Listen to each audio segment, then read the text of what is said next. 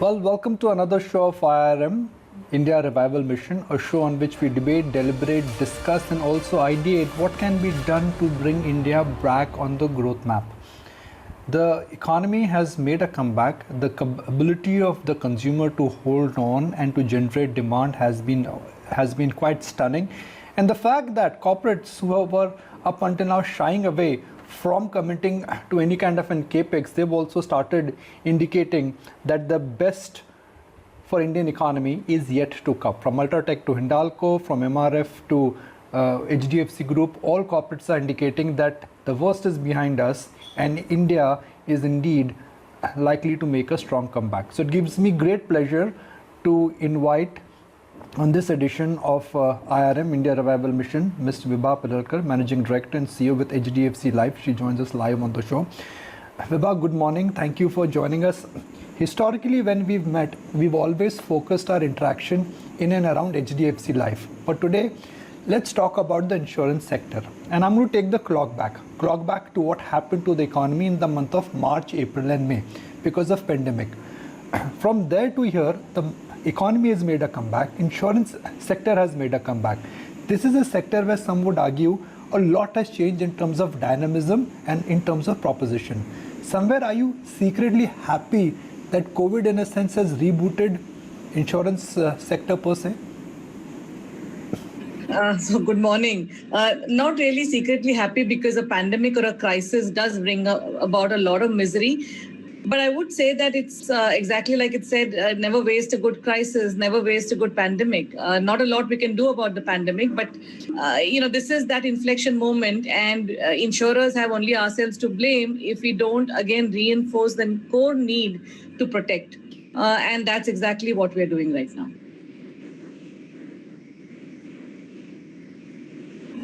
In the month of November, the latest data what we have, HDFC Life has managed to grow and the industry has contracted. So two questions. Why have you managed to grow and others have contracted?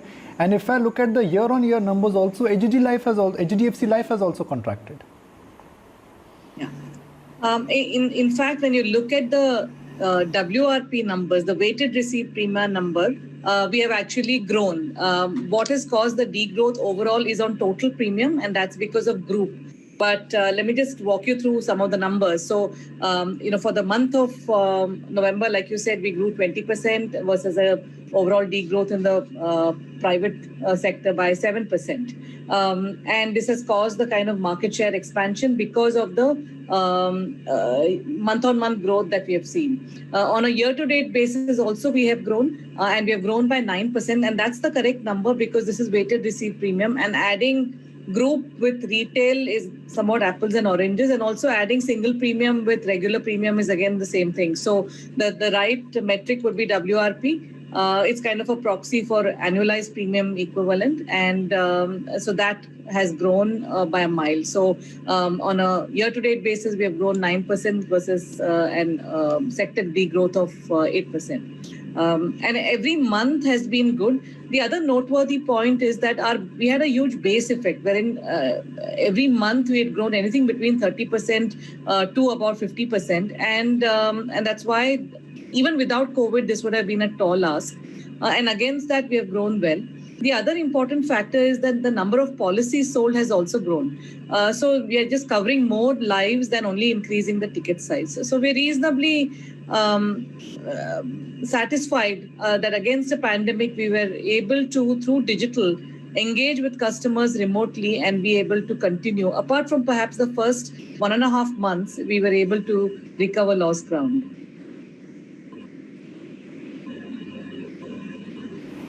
So if I take the clock back and if I use your Q2 FY21 numbers for benchmarking purposes, there was a growth of 20%. That's a very formidable growth at your base.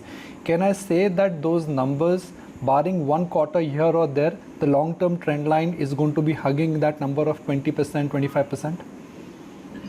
I think anything between 17 to 20% should be possible on a longer term basis. And that's something that we've always said, just given the underlying dynamics of insurance penetration being low, and also now the realization in risk transfer, whether it is in protection, whether it's in annuity, which is the other end of the spectrum of outliving one's savings, or somewhere in between on savings, and largely on the basis of how do you transfer risk even on your savings, so you get some assured level of savings. That should continue to trend pretty well. So yes, I think anything between, we've said 2 to 2.5 GDP in a normalized post-COVID era should be possible.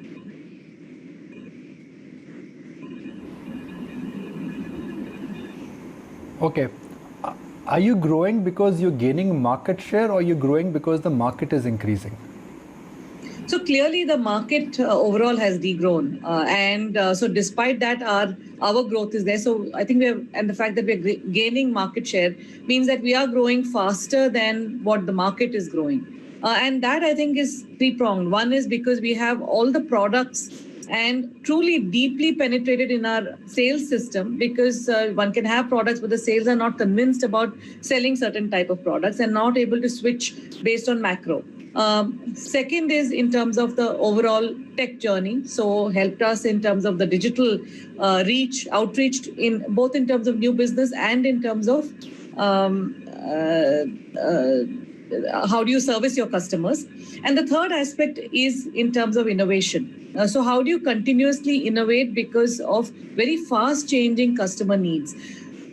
Doing these three in equal measures has resulted in this kind of a growth month on month.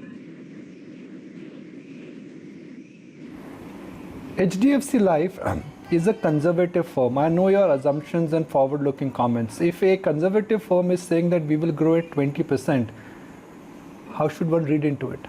You're likely to beat it, obviously. No, so this is the growth that I was talking about, HDFC Life, not so much the sector. We will beat the sector growth.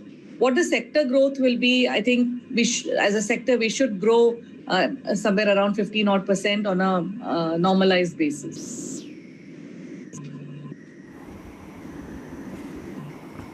Has the importance of life insurance, which up until now was like a push product, and this is just for the benefit of our viewers, that insurance, you had to convince somebody, you had to create the need of buying protection. Do you think somewhere pandemic has in a sense been an eye-opener that life insurance is something which should be part of everyone's portfolio? I think that realization is becoming increasingly strong. And, there are a couple of metrics, if I were to just connect the dots. One is like in protection that you mentioned. If I were to look at just the Google searches in Jan, Feb, March were showing a growth of about 15%. April went up to about over 40%. That reached a fairly dizzying pitch of about 60+% somewhere around June, July. Tapered off, admittedly. But in terms of just the number of searches, if that is an indicator, then it just shows that more and more people are looking at, this risk is very close to home. Another indicator is millennials. And if I were to look at people born between 91 to say 96, what we call as the young millennial, we are finding that they are buying more of protection. Another interesting aspect is that they are buying higher ticket sizes, longer term. So maybe a 50-year cover. They might be in their 30s today and are buying a 50-year cover. They're also realizing that to get a 1 crore cover, it just costs about 9,000 rupees. So it's not really huge in the whole scheme of things, and that is an annual premium. So they are no longer seeing this as an expense, but seeing this more as a necessity, almost like one would have car insurance and would not drive without that. That would be fairly irresponsible. So similarly, how do they just get this worry out of the way so that they can live life? I think that, and as they continue to become a bigger portion of our population or our customer base, that is going to trend upwards very meaningfully in the form of us being able to upsell to them through digital least pain, for us to be able to attach riders, to be able to attach even some of the combination of health plans along with our life plans and so on.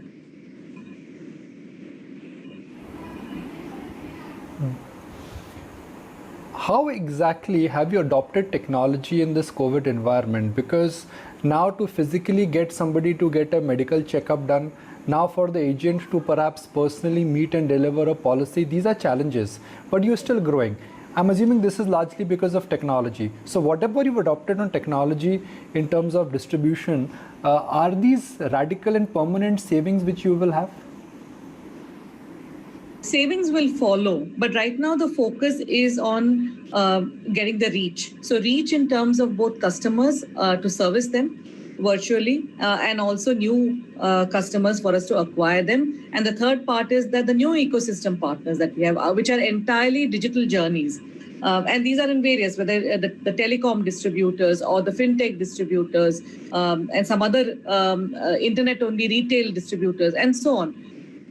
So that is the focus rather than a cost focus at this point in time. The cost focus, we do believe we are beginning to see some of the benefits come through. Even in terms of the infrastructure, our own corporate office, instead of 4 floors, we can do away with 1 floor and see how we can have a gig economy and work from home. So those aspects will come. But right now, when I look at one particular tool, which is WISE, which is our platform through which we can reach our new customers, you can do pretty much everything that you can do as if you were sitting in front of the customer. Similarly, if you were to look at some of our existing customer touch points, we are able to service them through our chatbots, through our voice bots, through the likes of Alexa,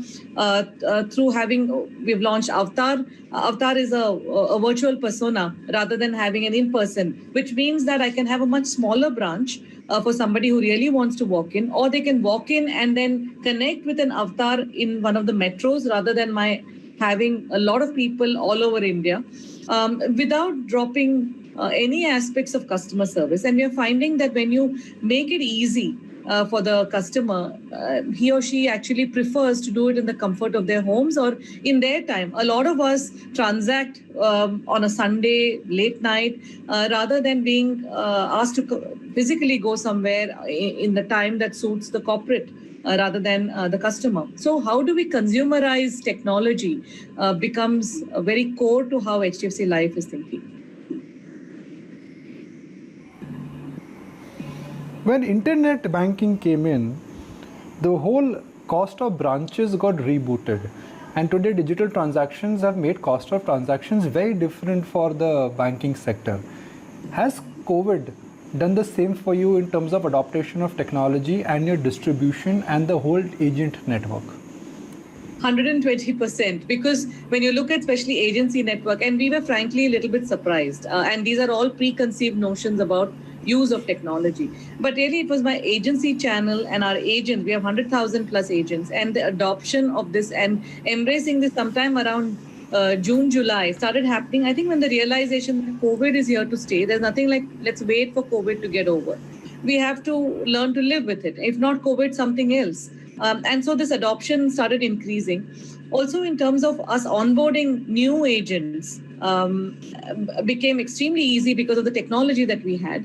We have Insta PRL. These are all internal terms, but adoption of that bionic agent is another, wherein just the digital media presence of an agent and for him to be able to solicit or her to be able to solicit, for us to be able to attract female agents that are sitting wherever they're sitting pan-India, educated women who have maybe 3-4 hours to give in a cybersecurity enabled framework are able to give those 3-4 hours to us and have that natural influence circle and for us to be able to tap that.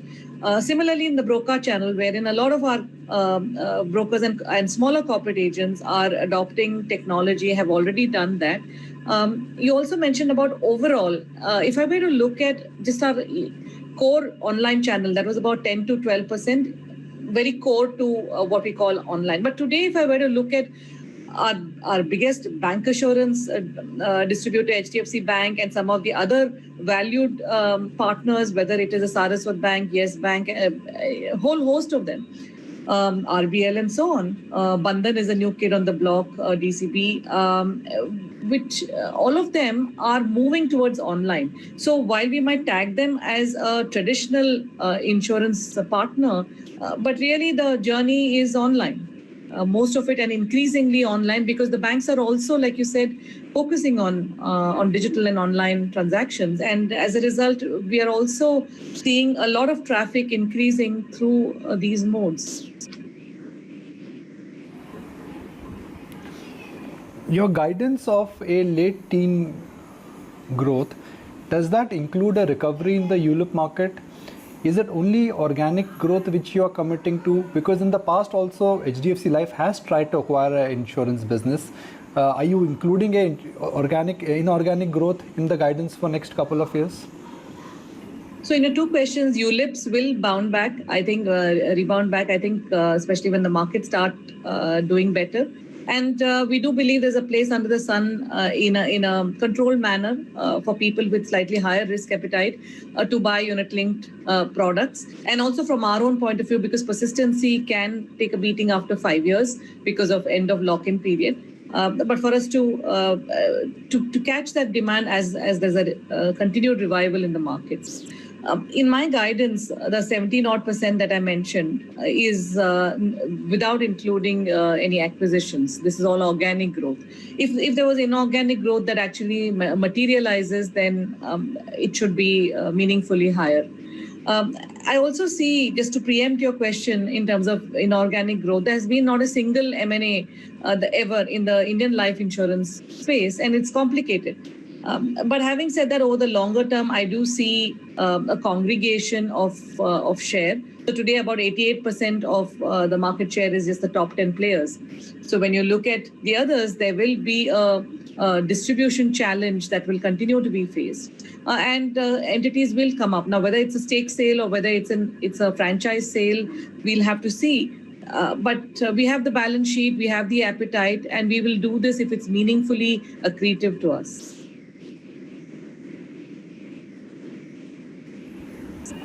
Every single report I've read on HDFC Life, and trust me, I've got 6 reports already open on my laptop when I was preparing for the interview. All reports have one common thread. It's a great business run by an efficient and a wonderful manager. It is growing at a run rate higher than the industry average. So then my question is that then what is the worry? The worry is valuations. How would you defend that? So, we don't look at valuation. That's for the market to assess. My just connecting the dots in terms of slightly broader conversation are 2 or 3 points.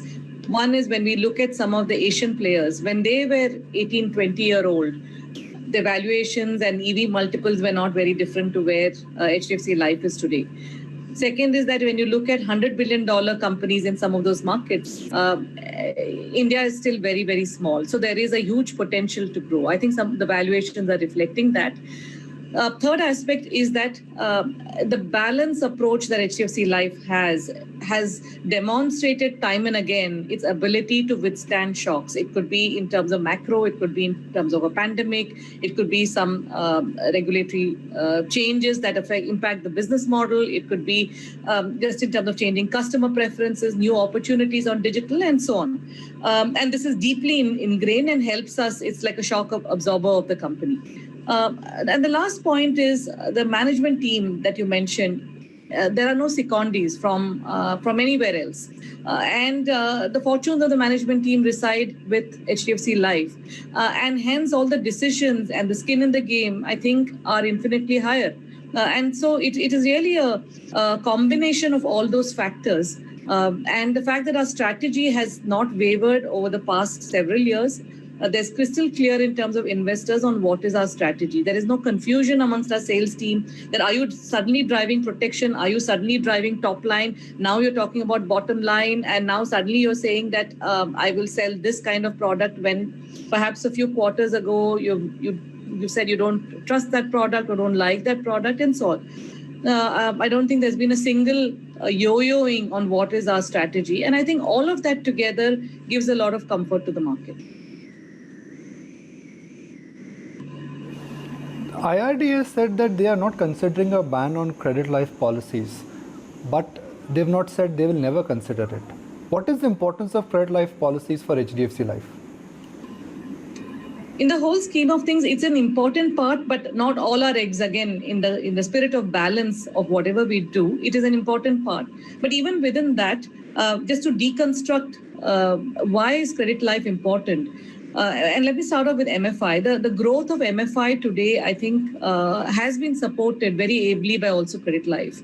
Because when you look at the mortality experience of people in the unbanked sector, if you like, or slightly more disadvantaged parts of our country, it is extremely important that they also come into the core banking, avail of credit, are able to grow their small businesses and so on. So one sector that would directly get impacted by this could be the MFI sector, the small finance banks, and overall credit growth.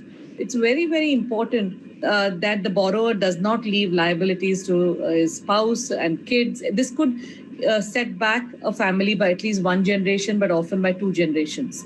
And they'll find it very, very difficult not to go back to the money lender and continue to be burdened by enormous amount of debt. So this is really a broader social question rather than just the impact it could have on life insurance. And often when we do dedupe of the customers of credit life, often we find that they have next to no insurance, at least with us. Maybe they have with somebody else, but usually one would find that if they're taking insurance on credit life, they should have had something with us, and they often don't, which means that they have next to no protection. So this is one way of saying, guys, you have a loan, please don't leave it in the unfortunate situation to your loved ones. So I think there's a broader socio-economic question there than just with insurance. Two slightly big picture questions, and I'm looking at a distribution mix. The banca still accounts for nearly 55 to 60%. It was 55 last year, it was 60 for the last reported number. Direct accounts for 13, direct accounts for about 21, and agency accounts for 13. If this entire distribution mix has to change, will that change anything dramatically and structurally for HDFC Life? It will continue to, all channels will grow, but our focus will be how do we meaningfully grow our proprietary channels. And that becomes also important because when you look at a more advanced or economies that have had meaningful levels of insurance, the core and bedrock is of proprietary channels, and this is a whole gamut of proprietary channels. And we will continue to grow that and invest in that, and also digital forays into proprietary channels. How do we increase productivity? So really, we're not targeting one versus the other, but I see a lot of focus on proprietary channels. Bancassurance has evolved from very early on years. Proprietary, to grow it meaningfully with high quality business does take a little bit longer. And that's why you will see a growth that is somewhat perhaps muted, but it is very, very steady because the focus has been there. And this includes both our agency channel, some of the subsets of our agency channel, wherein we have homogeneous population of customers that we are finding solutions for, as well as our direct channel, our online channel, and so on. So it is a multi-pronged distribution strategy. Last question, and I'm just going to break this to get perspective for our viewers here. Companies, they benefit when they enjoy financial leverage or operating leverage. Companies, they benefit when demand comes back because of low interest rates and because of become an economy. What are the levers in place for a sector like yours and a company like yours? For a manufacturing company, Vibhaji, it could be financial leverage and operating leverage. For an auto company, it really could be interest rates coming down, disposable income going higher. Can you break this for us? Because insurance is a difficult sector. So if I may urge you to just break it for our viewers, that what are the levers in place which would benefit you? The levers in terms of our bottom line are again multi-pronged. One is that we have to continue to innovate. That is the core, because there is no copyright trademark, unlike someone who produces, say, honey or any other product or some other kind of innovation wherein you immediately get a cover through a trademark. So really the lead time is maybe 6 to 9 months at max. So you need to have this engine, and this is a bottoms-up figuring out as to what is it that the customer today he doesn't realize, but tomorrow he's going to need this, and how are you solving for that? So by the time the product hits the market, the customer is looking for a solution like that. So that is the core in terms of profitability. Second is that finding those pools of profitability of new and emerging. So protection was one where, and today everyone's talking about protection, but we were very, very focused on this several years ago. Similarly, pension, we were known as a pension company even 10 years ago. The Sar Utha Ke Jio was on the basis core premise of retirement solutions, and so on. So finding these new pools of profitability become extremely important. Third aspect is, of course, having a tight lead on costs, wherein your one's fixed costs, like in any other sector, and more so in say, banking, that has to move southwards. And along with that, the flip side is on how does one increase productivity. So the guy who could make maybe 2 trips to a customer in person today should be able to make 10 trips virtually. And out of that, perhaps he should be successful in 3. And that will mean that without increasing fixed costs, there is accretion to the bottom line, especially in some of the channels like agency that have a higher proportion of fixed costs. Next point is that deeply for us for our sales channels to understand that what is their cost of acquisition and what kind of products that they can really afford to sell. Yes, if the customer is insistent on buying something, we will sell those products, but will we advocate some of the products with very low margin? No, we can't. And that is reflected in our agency channel, for example, which perhaps we are ranked number 4 in the private space because we don't sell more than about 25% unit-linked products, while the top 3 sell more than 25%. And for the sales teams to really digest that there is that is how we will do business. Another aspect is the ability to walk away from business, because there is often like again with a lot of sectors, a focus towards top line, and one is bleeding on mortality especially, or bleeding on persistency. All of that will start impacting over a period of time, because like you said, insurance is a complex product, and whether we made profits or losses will unravel over the period. So how is one very, very cautious to say, no, I'm beginning to see worrying signals, either I have to reprice or have a conversation with the customer or with the partner, or walk away from this business because we're not able to price it. Are we able to price risks on mortality, persistency, interest rate risks? And otherwise it'll start eating into one's profitability. So all of this together means that it becomes very important for us to really finely manage each one of these levers that influence profitability. Well, Vibhaji, always a pleasure to have you on ET now, and certainly hope to see much more of you going forward. We've had a wonderful interaction where we've covered a range of topics for HDFC Life, how you've managed to really steer the ship in a stormy environment. And I'm sure it's a proud moment for you every time when I say that HDFC Life is part of Nifty 50. Absolutely. And that's thanks to all our partners, our promoters, as well as all our employees. Well, thank you very much. Let's take a break for the moment. Reliance is looking strong and the stock is not on a tear, about 1.5% higher for Reliance, trading at the highest point of the day. So I'm getting up.